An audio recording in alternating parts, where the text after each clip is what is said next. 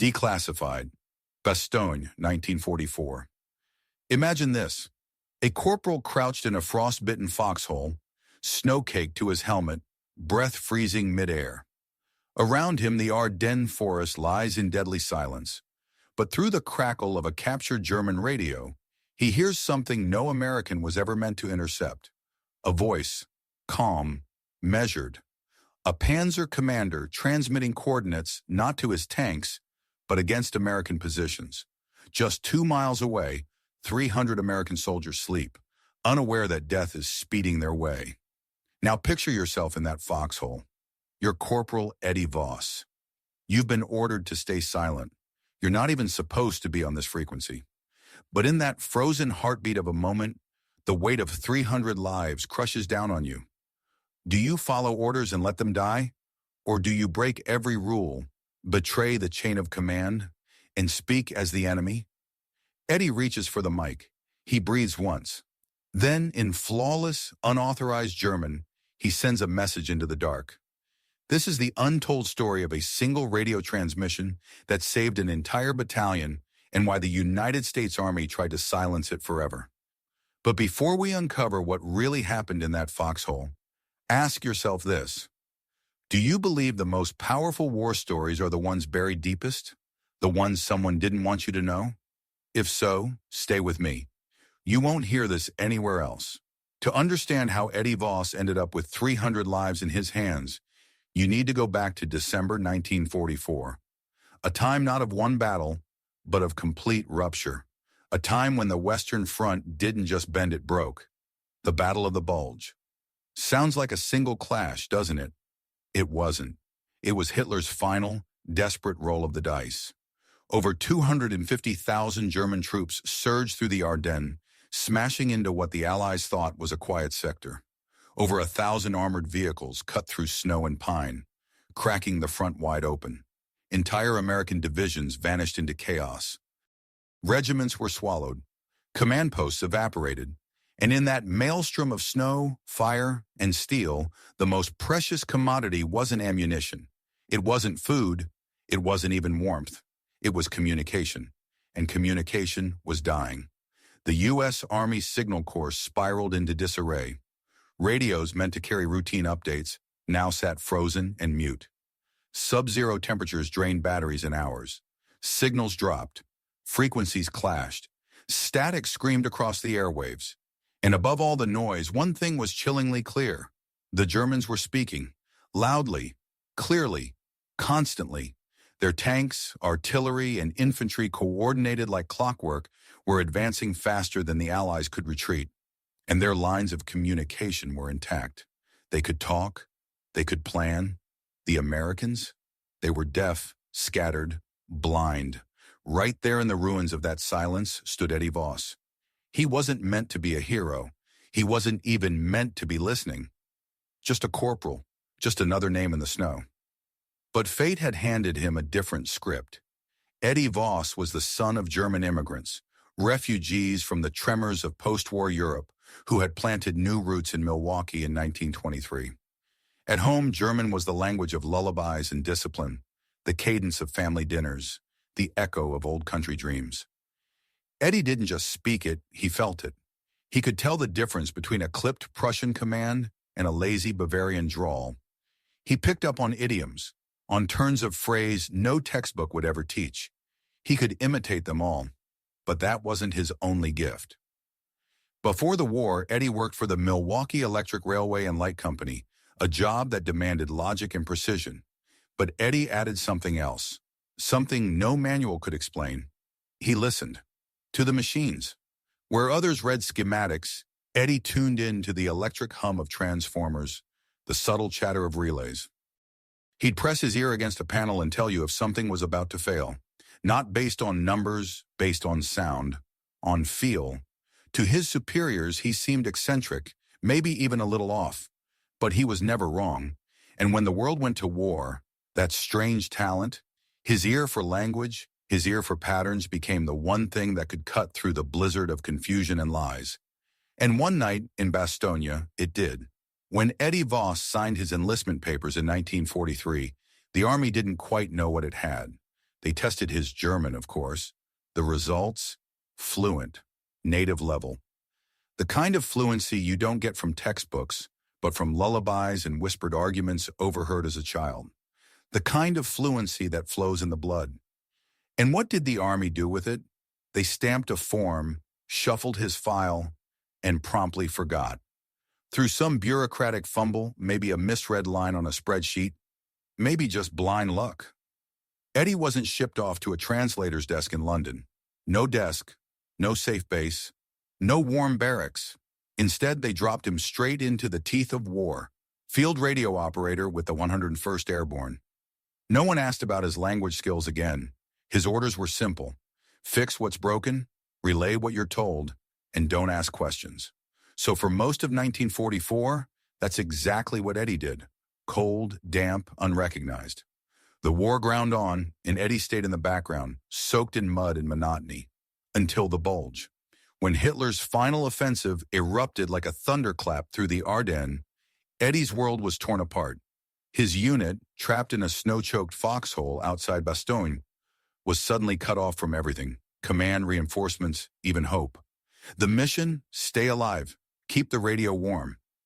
Eddie had his standard issue SCR 300 strapped to his back, a lifeline in a land of ghosts. But he also had a secret weapon, a pair of high-quality German headphones scavenged from a wrecked CKFZ. 251 half-track. The sound was crystal clear. The isolation complete, and with nothing but silence and snow surrounding him, Eddie did what he always did best. He listened. Now let's talk about rules. The U.S. Army Signal Corps had protocols carved in stone. Rule number 1, you do not monitor enemy frequencies. Forbidden, non-negotiable. Why? Because it wastes time. Because it exposes you to lies and psychological games. And worst of all, because if you respond without authorization, you might blow an entire operation wide open. But Eddie Voss, he turned the dial anyway. He let the American frequencies fade into static, let the void open, and tuned in to the enemy. At first, it was nothing more than curiosity, whispered fragments, commands, adjustments, chatter from the dark. Sector 4B, request ammunition, adjust fire, 200 meters north, move the column. Nothing personal, just the everyday mechanics of organized destruction. German voices moving chess pieces across a frozen board chess pieces with American names. But slowly something shifted. Eddie's real gift began to surface. The same instinct that once let him diagnose a failing transformer by its hum. He didn't just hear messages. He heard patterns. He pulled out a battered notebook. Pencil in hand, he began sketching. Crude maps, unit designations, frequencies, call signs. And just like the machines back in Milwaukee, he started to sense something deeper. Personalities.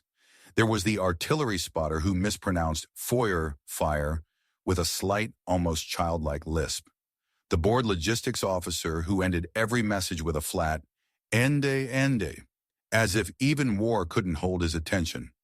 And then there was one voice that made Eddie freeze. A low rasp. Gravel dragged through smoke. Call sign, Eisenfaust Veer. Iron Fist 4. Eddie paused. The name he scribbled beside it? Klaus. Klaus was different, cautious, deliberate, always verifying coordinates twice, always questioning, not cowardly careful. Eddie couldn't stop listening. One day passed, then another. He barely slept, just tuned in, hour after hour, tracking Klaus, learning him, his habits, his fears. Within 48 hours, Eddie could have drawn the man's entire tactical map from memory. Klaus operated northeast of Bastogne. His fuel situation was desperate, and he was angry. On the second night, everything changed. Eddie heard a heated exchange on the line. Klaus Iron Fist 4 was arguing with someone up the chain, furious but controlled. He kept repeating the same phrase, Zwei Panzer verloren, nicht wieder. 2 tanks lost, not again. And suddenly, Eddie understood. Klaus had already walked into one American trap. 2 tanks, 2 crews, gone. Victims of a minefield, planted with surgical precision. Bad intelligence had led them to disaster, and Klaus, now burned, wasn't going to make that mistake again. He demanded engineers check the road. He refused to move without confirmation. He wasn't defying orders, he was protecting lives. But to Eddie, this was more than a glimpse into one officer's mind. This was the crack in the system, because now Eddie saw it, the flaw in the German machine. Wehrmacht radio discipline was infamous, strict, hierarchical, efficient, normally. But this wasn't normal. This was the Ardennes. This was panic. Equipment was dying. Morale was crumbling. And in the rush to keep moving, the Germans had made a desperate choice. They stopped using proper authentication codes. There wasn't time. Instead, they relied on something faster. Familiarity. They recognized voices, cadences, habits. They knew how Klaus spoke, and if a message sounded like Klaus, they obeyed. It was faster, simpler, and in the chaos of war, it made perfect sense. But to Eddie Voss, sitting alone in his foxhole, one chilling realization surfaced. That trust, the very foundation of German communication, could be turned against them. And the moment was coming when he would have to decide whether to do exactly that.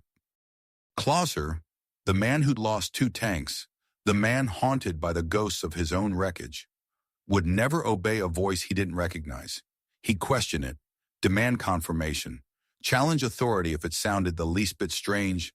But what if that voice, that unseen order on the line, sounded exactly like the one he trusted most?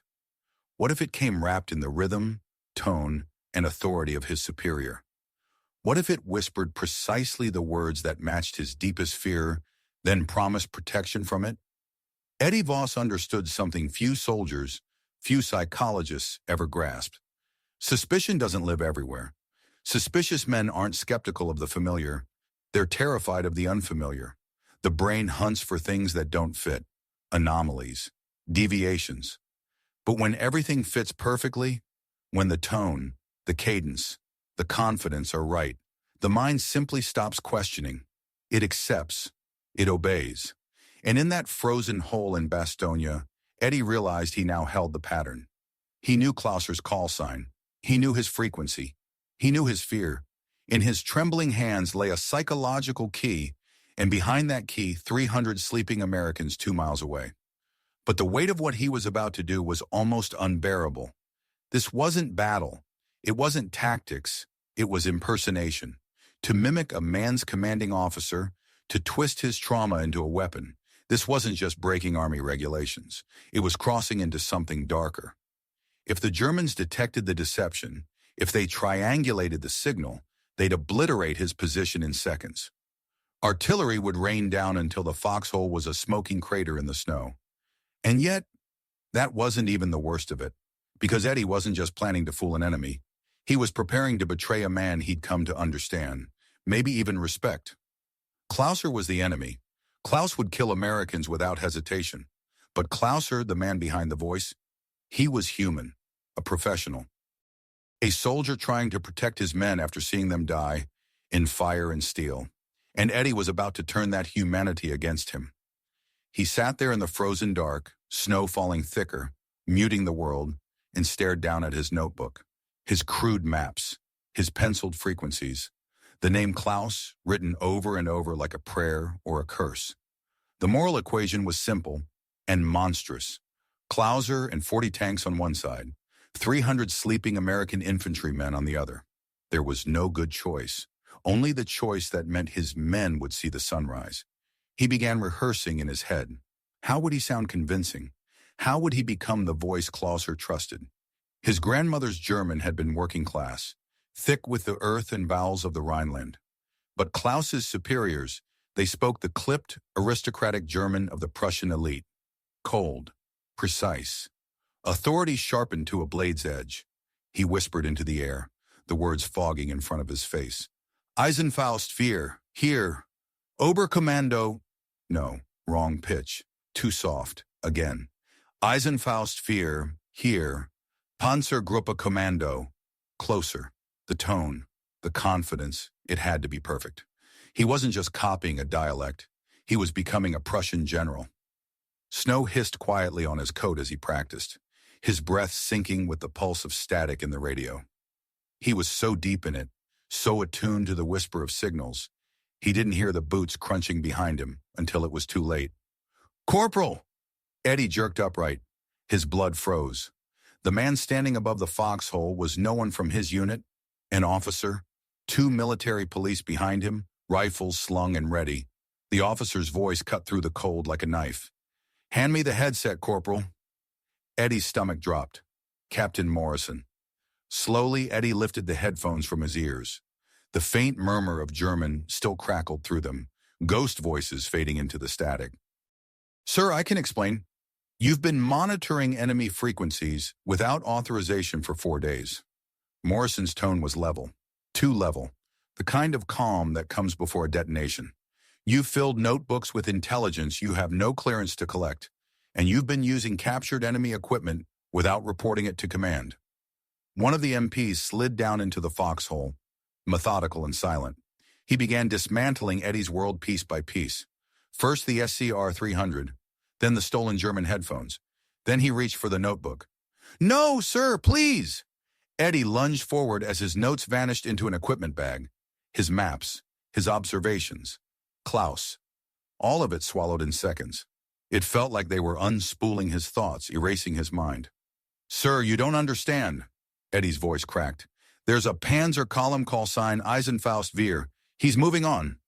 "I understand perfectly, Corporal," Morrison interrupted, voice flat as ice. "You're a radio operator, not an intelligence analyst. We have people trained for that." "But sir, they're moving tonight. There's a fuel depot west of here. 300 men sleeping there." "Enough." Morrison's jaw tightened. "Do you have any idea how many false reports intelligence gets every day? Every private who speaks a little high school German thinks he's cracked the Enigma code from a damn foxhole." "This isn't false, sir. I've been tracking him for days. I know his—" "You've been listening to radio chatter you're not trained to interpret," Morrison snapped, gesturing to the MP collecting the last of the gear. "For all you know, Corporal, you've been feeding yourself German disinformation. They know we monitor their frequencies. They plant false messages constantly." Eddie felt something give way inside him. Not anger, not defiance. Something colder. The hollow silence of realization. Morrison wasn't listening. He wasn't going to check. He wasn't going to do anything. He was following protocol. "Sir, please," Eddie whispered, desperation raw in his throat. "Just verify it. Send a runner to the depot. Tell them to expect contact. That's all I'm asking." Morrison looked at him for a long, unbearable moment. Snow gathered on his cap. His eyes softened just slightly. When he finally spoke, his voice was almost kind, which somehow made it worse. "Voss, you're a good radio operator." Captain Morrison's voice was calm, but each word landed like a hammer. "You've kept our comms running under impossible conditions, but you crossed a line, a serious line." Eddie stood frozen, still numb from the cold and the confrontation, his heart thudding like artillery beneath his ribs. "You will cease all monitoring of enemy frequencies, immediately." The cold wasn't from the snow anymore. "You will not discuss your unauthorized intelligence with anyone, and if I hear you've so much as touched enemy equipment again," Morrison's eyes locked onto his like twin barrels, "I will have you court-martialed. Do you understand me?" Eddie swallowed. "Yes, sir." The words tasted like ashes in his mouth. "Good." Morrison straightened, brushing snow off his coat. "Get some sleep. You look like hell." Without another word, the captain turned and climbed out of the foxhole.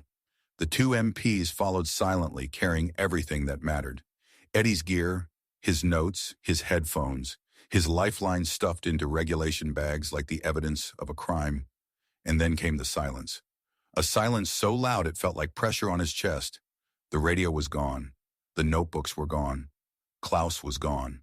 But the tanks, still out there, still fueling, still coming. 300 American soldiers lay asleep 2 miles away, wrapped in thin wool and false security. And the man who could have warned them sat paralyzed in a hole carved from ice. Eddie tried to believe it was over, that someone, anyone, would follow up, that Morrison would pass the message up the chain, that the system, the vast grinding machinery of military intelligence, would work. But Eddie had been in uniform too long to believe in fairy tales. He knew what would happen. A report would be filed. That report would be added to a stack. That stack would be sorted by clearance level, source credibility, and priority codes. And the frantic warning of a corporal with no authorization and no equipment, that would land exactly where it always did. Nowhere. Snow thickened around him like a shroud. The world was turning to ash and frost. Eddie pulled his coat tighter around his shaking frame and tried to hold on to something, anything. That's when he heard them. Voices. Floating through the dark. Carried by the wind from a nearby trench.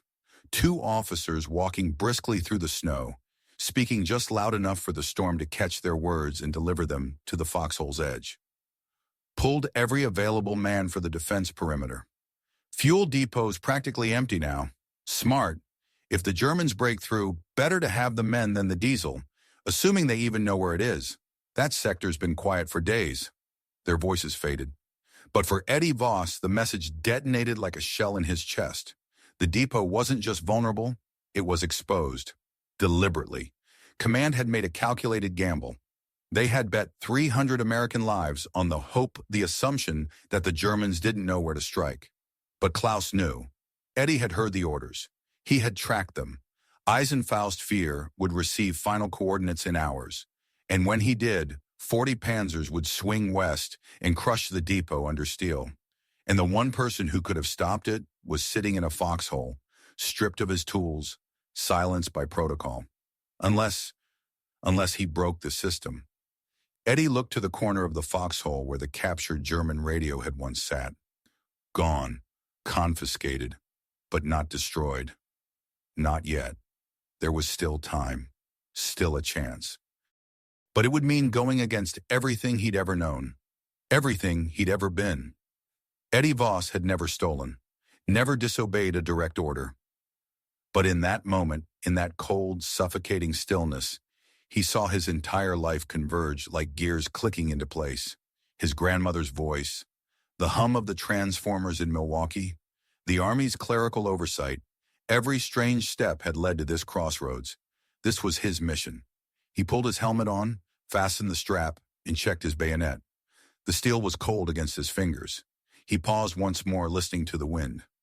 Then he slipped out of the foxhole and vanished into the storm. The supply depot was a maze of canvas and crates, scattered like afterthoughts on the snow-covered ground. Tents sagged under ice. Footprints crisscrossed the terrain like veins. To most, it was chaos. To Eddie, the troubleshooter, it was a system, and all systems had patterns. He moved like a shadow, weaving between tents, breath puffing out in short clouds, absorbed by the falling snow. He wasn't a commando. He wasn't a spy. He was a radio man, driven not by glory, but by cold, burning certainty. He knew the layout. He knew the walk cycles. He knew exactly where the captured German equipment would be.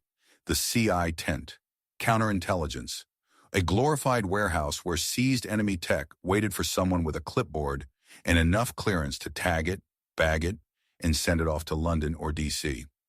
The tent was guarded, but lightly. Who would steal a broken German radio in the middle of a war? Eddie crouched behind a stack of crates, his eyes fixed on the lone sentry. Just a kid, maybe 19. Rifle slung lazy over his shoulder, stamping his feet, breathing fog. Eddie didn't watch the man. He watched the rhythm. 30 seconds at the tent flap, then 10 paces to the right, pause, 10 seconds by the next tent, then back. A 40-second cycle, reliable, predictable, breakable, 10 seconds. That's all he needed. A blink in war, an eternity in the right hands. Eddie Voss crouched behind frozen crates, watching the guards pattern like a metronome of survival. 30 seconds at the flap, 10 steps to the corner, 10 seconds pretending to be warm, then back, 10 seconds of invisibility. Eddie waited, watched, counted. The moment the guard turned, Eddie moved. Not like a thief, not like a soldier, but like a shadow blown by the wind. 3 long strides across the snow, breath held. He didn't run. He glided, and then he was inside. The tent was a museum of war. Confiscated Luger pistols, steel gray binoculars, Dented helmets stacked like skulls, maps bound and tagged. Shadows flickered under a low-watt bulb hanging over a field desk. And there, in the far corner, just where Eddie had predicted, was the bag. The bag. The one the MPs had taken. He snatched it and felt the weight. The German radio was inside. His heart surged, then seized. The notebook was gone. His lifeline, his frequencies, his call signs, the personality sketches. Klaus's voice, useless, all of it. Without those notes, the plan died in his hands. Panic threatened to rise, choking. Then he saw it on the desk under the pale bulb. A single coffee mug sitting atop a notebook. His notebook. He stepped forward, eyes locked on it. A small typed tag fluttered against the spine. Unauthorized intelligence. To be forwarded to G2 for review. Source, CPL, Voss, E. They hadn't trashed it. They were reviewing it. But that didn't matter now. Eddie grabbed it. 2 seconds later, he was gone. Back into the snow as silently as he'd arrived. The guard never saw the phantom that passed him in the blizzard. Back in the foxhole, his hands trembled so hard he could barely reconnect the wires. Breath heaving, fingers numb and muddy, Eddie forced himself to focus. He just committed treason in a dozen flavors. Theft of evidence, insubordination, deserting his assigned post, violating intelligence protocol. He didn't care. The radio, German craftsmanship to the core, clicked to life. The frequency dial glowed dully in the dark. Then his stomach sank. The battery. Low. Critically low. The cold had drained it fast. He had maybe 2 hours of power. Probably less. If the transmission cut out halfway, it would expose him. The Germans would catch the stutter, the lie, the incomplete syntax, and they'd triangulate his signal. His foxhole would vanish in fire and thunder. One shot. That's all he had. He opened his notebook, hands caked in frozen earth, and turned to the right page. Frequency, 43.4 MHz, stand-up Panzergruppe, command channel call sign, Eisenfaust 4, scheduled check-in, 0230 hours. He checked his watch. 02, less than 30 minutes to pull off the most dangerous impersonation of the war, to step into the mind of a Prussian officer, to speak with the voice of command, to lie so perfectly it wouldn't be heard as a lie at all. He had to become the enemy, the performance, the transformation, the mask. He closed his eyes, slowed his breathing, pushed out the fear. He couldn't sound like himself. Not Eddie Voss from Milwaukee, not the troubleshooter with a knack for machines. He had to become Klaus's superior. He remembered the voice. 2 nights ago, the one who'd given Klaus the bad intelligence, the order that sent men into a minefield. It was cold, refined, a voice sharpened in boarding schools and officer academies. A man who spoke in clipped commands and never repeated himself because no one ever dared ask him to. Eddie whispered into the blackness, Eisenfaust 4, here Panzergruppe Kommando. No, still too soft, too rounded. That was Milwaukee German, his grandmother's dialect. Too warm. This voice had to be a weapon. He adjusted, forced the air from his diaphragm, lowered the pitch, shortened the vowels, every word a blade. Eisenfaust 4, here, Kommando. Closer, he practiced, over and over. Neue Befehle, new orders. Route is kompromittiert. Route is compromised. Sofort ausführen. Execute immediately. The words transformed him. His mouth shaped commands, not sentences. His breath turned to authority. He wasn't Eddie anymore. He was Oberst von someone, a man who sipped cognac while rearranging tank divisions, who sent men to die with a flick of his pen.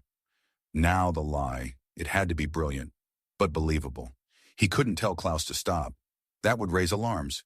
He had to redirect him, and he had the perfect place. 3 days ago, Eddie had logged chatter about a forgotten sector northeast quiet, uncontested ground laced with American anti-tank mines. The U.S. had mined it, then fallen back. The Germans had ignored it, but Klaus didn't know that. So Eddie would tell him this. The current route, the one leading straight to the fuel depot, is mined. The intelligence was wrong. He is being saved. He is being protected. His superior is rerouting him to safety, directly into the real minefield. It was elegant, cruel, Deadly. He checked his watch. Row 216, time. No more rehearsals. His hand reached for the transmitter, shaking like a live wire. He took a breath, then another. This was it. The moral equation was done. There were no more numbers to weigh, no more hypotheticals to consider. Eddie Voss was no longer a bystander. He wasn't a soldier in a foxhole. He was about to play God. He was about to condemn a man he had come to respect, possibly even understand, to a death of fire, steel, and shrapnel, all to save 300 men who would never hear his name. His finger hovered over the transmit switch. Click. In the dead silence of the foxhole, that soft mechanical sound from the German radio was deafening, sharp, and final, like the hammer of a gun. A tiny red bulb blinked to life. Live. Eddie Voss opened his mouth and became someone else entirely. Eisenfaust 4, hier Panzergruppe Kommando, melden Sie sich.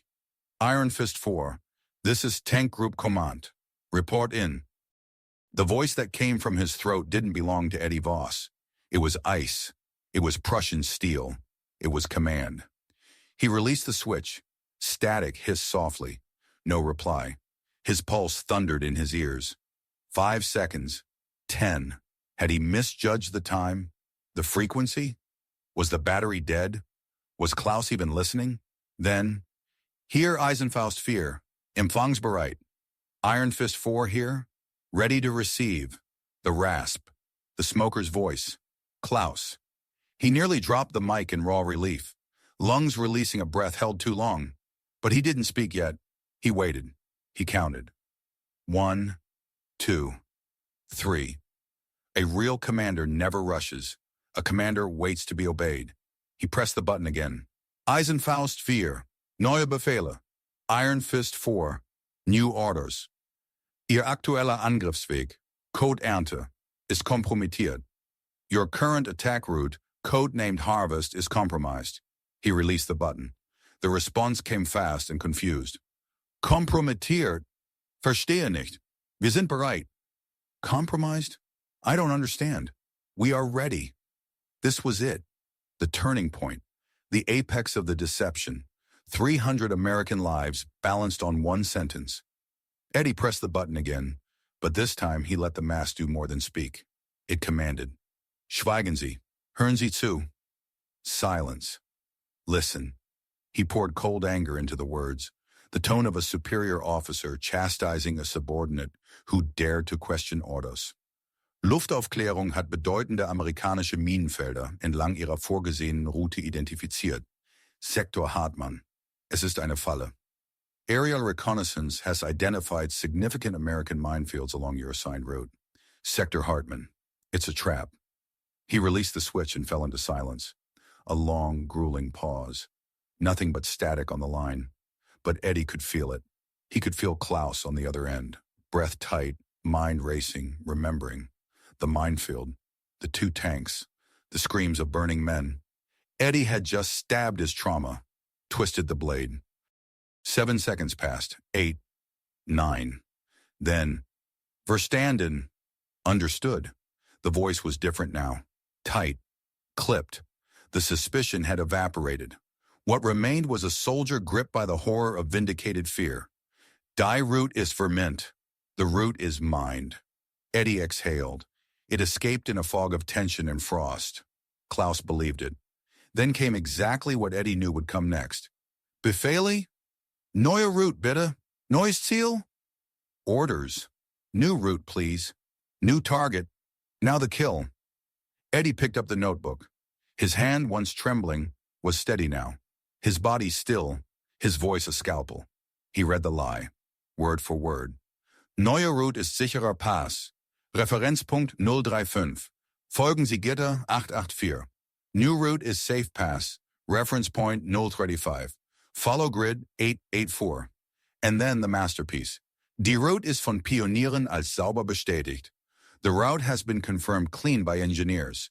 He had just handed Klaus exactly what he needed, more than a route. Permission to feel safe. A moment passed. Eddie imagined the Panzer commander hunched over a map, pencil scratching notes, cross-referencing coordinates. Then came the final question, the last test. Was ist das neue Ziel? What is the new target? Eddie had prepared. Of course he had. It couldn't be vague. It couldn't be nothing. It needed to feel just right. Ein leicht verteidigter amerikanischer Versorgungskonvoi. Ein Gelegenheitsziel. A lightly defended American supply convoy. An opportunity target. Nach Einnahme des Ziels. Position halten.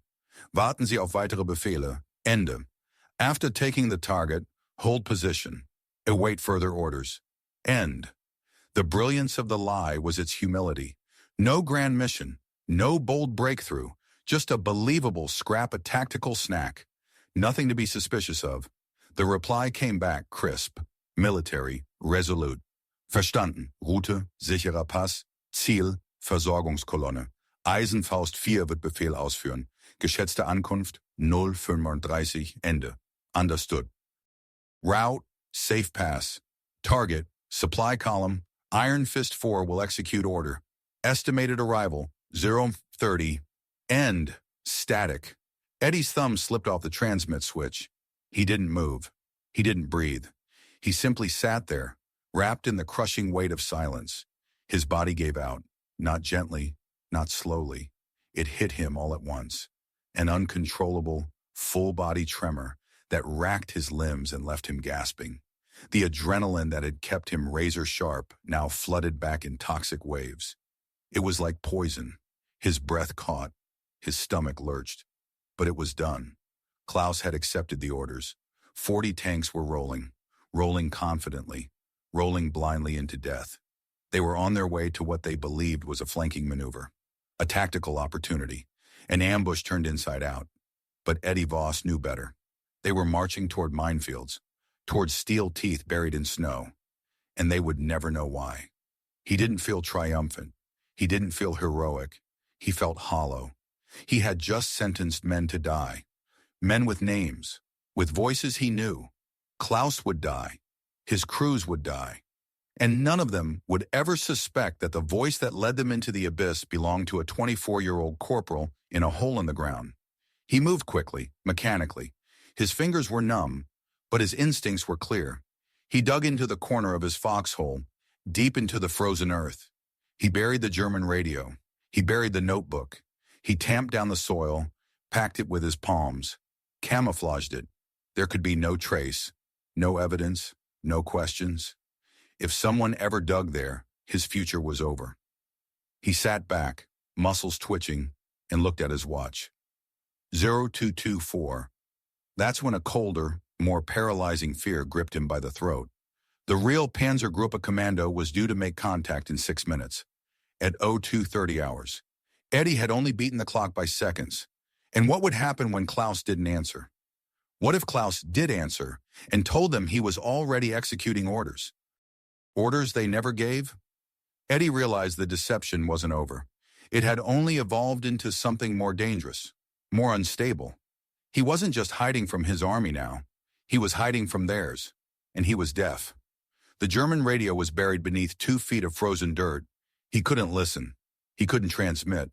He could only sit and wait and wonder if everything he had just done was about to collapse. Elsewhere, miles away, in a warm command post, the Germans were following their own script. A radio operator checked his watch. 0229. He adjusted the dial, took a breath, keyed the transmitter. Eisenfaust 4. Hier Kommando. Melden Sie sich. Iron Fist 4. This is command. Report in. Silence. A faint, endless hiss of cold static. He keyed again. Louder now. Irritation in his voice. Eisenfaust 4. Kommando. Bestätigen Sie. Iron Fist 4. Command. Confirm. Nothing. The operator glanced at his superior in SA Major hunched over maps and attack plans. Sir, Iron Fist 4 is not responding. The major didn't even look up. He's probably having equipment trouble. In this cold, it's hell on the batteries. Try the alternate frequency. The operator obeyed, switched bands, called again. And again. Nothing. Finally, the major looked up, eyes narrowing. This wasn't like Klaus. Klaus was a professional. Precise. Prompt. "Is it jamming?" he asked. "No, sir," the operator replied. "The band is clear. He's just not there." A heavy silence fell over the room, a different kind of cold. Panic didn't set in. Not yet. But dread? Yes. Had Klaus been ambushed before the attack? Had the Americans struck first? Had the route been compromised? No one knew, because Klaus wasn't responding. And Klaus always responded. They tried for 30 minutes. Over and over they called his name, his call sign. Their voices grew more desperate, more insistent. But they were calling into a void, because Klaus wasn't disobeying. He wasn't dead. He was simply executing orders from a ghost, obeying a command that didn't exist, from a man who didn't exist toward a target that didn't exist. Finally, the German major slammed his fist onto the table. "He's gone," he muttered. "Either captured or his radios destroyed." He drew a slow breath. Assume the assault on the fuel depot is compromised. Cancel the objective. No one in that command post would ever know the truth. No one would know that 40 tanks were still moving, rolling confidently toward a lie, toward a field rigged with death, led by a voice that had already vanished. Eddie Voss knew none of this. He sat alone in his foxhole, shaking, silent. 3 hours passed, each minute a century. The agony of uncertainty was unbearable. Had the deception worked? Had Klaus believed him all the way? Had the real command reached him and exposed the lie? Had the battery died halfway through? Had he doomed everyone? 300 Americans, 40 tanks worth of Germans. For nothing? He stared northeast toward the safe pass, the path he'd whispered into the mic. And then it began. Not a sound, a feeling, a vibration in his chest, a low seismic hum rolling through the frozen ground. Then the first boom, a flash of orange ripped across the horizon. Then a second, a third, a fourth. A chain of explosions stitched the hills in fire. Fountains of flame, steel screaming. A funeral pyre igniting in the darkness. Ammunition detonating. Fuel tanks erupting. He had sent them there, and now they were dying. 2 miles west, the fuel depot erupted in chaos. 300 American soldiers were hurled from sleep. Rifles grabbed, helmets buckled. Men rushed to positions, expecting to face the Panzer assault that had been rumored all week. They waited and waited. No enemy came. Only fire. Only echoes. Only distant destruction rolling across the hills for 20 minutes, like the war itself was screaming. Secondary detonations shook the ground. Shells cooking off. Turrets blown skyward. Tracks hurled like shrapnel. An entire armored battalion torn apart. And somewhere in that blizzard of death, Klaus sat behind a melted headset, believing he'd been saved. Eddie Voss sat in his foxhole, utterly still, as the last echoes died. No cheering, no witness. Just silence. He had done the unthinkable. He had committed deception, impersonation, theft, insubordination, and perhaps murder. And in doing so, he had saved 300 American lives. They would never know who to thank. The army would never write it down. History would never tell it. But you just heard it. He didn't feel relief. He didn't feel triumph. No vindication. No pride. Only the unbearable weight of what he had done. Eddie Voss sat in the silence, wrapped in the stillness of the aftermath. Around him the earth vibrated with echoes of destruction, but inside he was numb. His mind painted the image without permission. Klaus's final moment. The familiar rasp his voice. The voice Eddie knew better than his own cutoff forever. Klaus's command tank had led the charge, as always. It struck a teller mine square in the underbelly, where armor was thinnest. In a fraction of a second, the blast punched through the steel, ignited the fuel tanks, and turned the tank into an inferno. There had been no time, no revelation, no betrayal felt. Klaus died instantly, still believing. He believed he was avoiding a trap. He believed he was saving his men. He died thinking he was executing a sound tactical maneuver. He never knew the trap wasn't real. He never knew the voice that had saved him was the same voice that destroyed him. In those first 30 seconds, 23 other German tank crewmen died instantly, violently, and more would follow. The blaze of explosions drew attention fast. American artillery, alerted by the rolling detonations, began raining shells into the sector, not knowing who was there, only that someone had triggered hell. By dawn, the Eisenfaustwehr battalion no longer existed. Not from a battle, not from overwhelming firepower, not from strategy, but from a single unauthorized voice. One voice in the dark. One man who turned a soldier's trauma into a weapon. At first light, reconnaissance patrols moved out. They were sent to investigate what command had listed as an unauthorized engagement. The radio chatter was disjointed, confused. Nothing was supposed to be happening out there. But what they found was a graveyard. The lead scout, a young lieutenant with frost in his beard, stood surrounded by metal carcasses, blackened craters, in scorched snow. He raised his radio. "Sir, I'm at the coordinates. The tanks, they're here. The whole column, gone. Wiped out." He paused. "But sir, there's nothing here. No Americans, no artillery, no wrecked enemy positions, no gunfire. They're just in the minefield." It's like they drove straight in, like they were ordered to. The intelligence reports that followed were a storm of contradiction. How? How had a full Panzer battalion under a veteran commander driven directly into a known American minefield? And why? The minefield wasn't even protecting anything. No defensive stronghold, no supply route, just empty snow-covered terrain. Analysts argued, hypotheses spun out of control. One report cited a catastrophic radio failure. Another suggested that the German commander may have suffered a mental breakdown. One proposed seriously that it had been a mass-coordinated suicide. But the truth was impossible. It didn't fit into any field report, so it never appeared in any official record. The United States Army simply could not explain what had happened.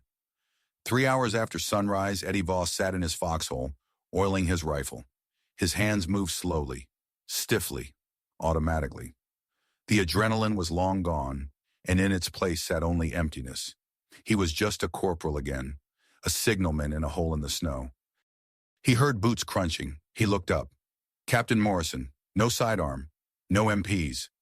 Just the captain, alone, walking slowly across the ice. In his gloved hand, he held a single, small, typed slip of paper. Eddie recognized it instantly. The tag from the CI tent.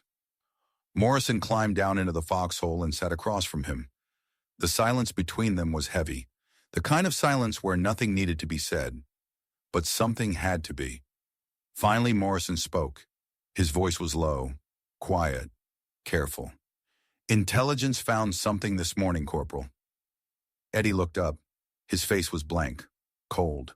A German Panzer column, completely destroyed, in the minefield northeast of here. Morrison held Eddie's gaze. "Exactly where your notes said it would be?" He paused. "But they weren't supposed to be there, were they?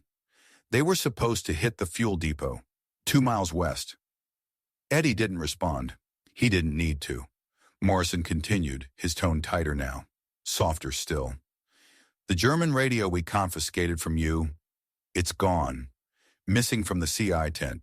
Disappeared around Orwa 1:30 hours. The guard didn't see anything." He looked down at the slip of paper, the tag. "Your notebook's gone too." Then a pause. Long, heavy. The question came quietly. "You wouldn't know anything about that, would you, Corporal?" Eddie met his eyes. "No, sir." Morrison stared at him. He searched the young man's face, looking for something, fear, guilt, pride, anything. But all he saw was exhaustion, the hollowed-out look of someone who had passed a point of no return. And in that moment, they both knew. Morrison knew. Eddie knew he knew. And Eddie understood something deeper. Morrison was trapped. He couldn't prosecute the man who had just saved 300 lives. Maybe more. But he also couldn't acknowledge what had happened. Because if he did, everything would unravel. There would be no medal, no commendation, no record. There would only be silence. The kind of silence that lasts for decades. Until now, to admit a corporal had been right, to admit that command had been wrong, that a single enlisted man had defied orders, broken every rule and succeeded, it would fracture the very foundation of military order. It would shatter the system Captain Morrison had sworn his life to uphold. He looked down at the tag in his glove, the small damning piece of paper, unauthorized intelligence. Source, CPL, Voss, E. He didn't raise his voice. He didn't need to. What you did, Corporal. If you did, it was completely unauthorized. It was the most reckless, insubordinate act I have ever witnessed. You impersonated enemy command. You conducted an unsanctioned operation behind friendly lines. If the Germans had detected you, you'd be dead. This entire position would be a crater. Morrison's eyes burned into Eddie's. That's not heroism, boss. That's a catastrophe. One that just happened to work. Eddie met his gaze. Yes, sir. He didn't offer defense. No excuses. Just the truth. Morrison exhaled. The edge in his voice dulled. The anger draining, replaced by something else. Fatigue. Resignation. A trace of admiration. Intelligence is calling it the most successful psychological operation of the entire Battle of the Bulge. They're confused, don't know who to credit. He looked down again at the tag, then slowly, methodically. Morrison tore it in half, then again, and again. He let the pieces fall into the snow like ash. I'm writing a report, he said, standing. It will state that the German column was likely deceived by a classified, high-level Allied broadcast. Source, unknown. I'm recommending you for a commendation for your initial courageous intelligence gathering. He paused, brushing snow from his coat. I'm also transferring you, effective immediately, to a rear signals unit in Luxembourg. You'll be far from the front lines, and you will never go near enemy radio equipment again. He looked down. Do you understand me? Eddie's voice was quiet. Yes, sir. Morrison climbed out of the foxhole, but before disappearing, he turned back one final time. His expression softened just enough to betray the weight of what he was about to say. Voss, those 300 men who woke up alive this morning, they'll never know your name. There won't be medals, there won't be parades. What really happened, cannot appear in official history. He looked Eddie square in the eyes. Can you live with that? Eddie thought of Klaus, of the rasping voice he would never hear again, of the men who died believing a lie he crafted. He nodded. I can live with it, sir. Morrison held his gaze for a long, heavy moment, then turned and walked away into the morning light. Eddie Voss spent the rest of the war in Luxembourg. He maintained radio lines, trained new operators. He never touched an enemy transmitter again, and he never spoke of what had happened in that foxhole. After the war, he returned to Milwaukee. He married, he raised 3 children, and he went back to work for the power company. The quiet man with the golden ear, the one who could hear a failing transformer before anyone else even knew something was wrong. He died in 1987 at the age of 64. To his family, his friends, his co-workers, he was just a simple radio technician who'd done his duty. But the story didn't die. It simply scattered. In 1992, a German military historian was conducting interviews with aging veterans of the Ardennes offensive. He sat across from a frail Wehrmacht major, now in his 80s, eyes dimmed but haunted. And the major told him, he just vanished. Eisenfaust fear. We tried to call. Over and over. He was gone. We assumed an ambush. We assumed radio failure.